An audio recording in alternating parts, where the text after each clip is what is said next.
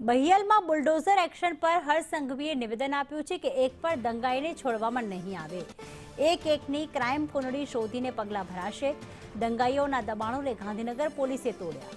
દબાણ હટાવવાનો ખર્ચ દંગાઈઓ પાસેથી જ લેવાશે. પથ્થર તરફ નજર ન કરે તેવી કાર્યવાહી કરવામાં આવી. ધર્મ પર આવું કૃત્ય કરનાર સામે કડક કાર્યવાહી કરવામાં આવશે. તો આરોપીઓ પાસે આવક ક્યાંથી આવી તેની પર તપાસ કરવામાં આવશે.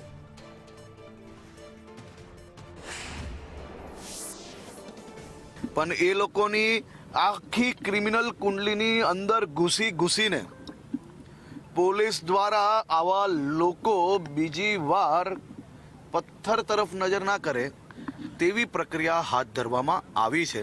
આ દરવાજાઓ તોડીને આ બધા જ દંગાઈઓને પકડ્યા પછી કડક એક્શન લેવામાં આવ્યા અને એના પછી તેમની સંપૂર્ણ કામગીરી, તેની આવક શું છે, ક્યાંથી આવક થઈ રહી છે અને બધા જ લોકો પાસેથી આ થયેલા નુકસાનનું ભરપાઈ કરાઈને જ શાંતિ મેળવશે.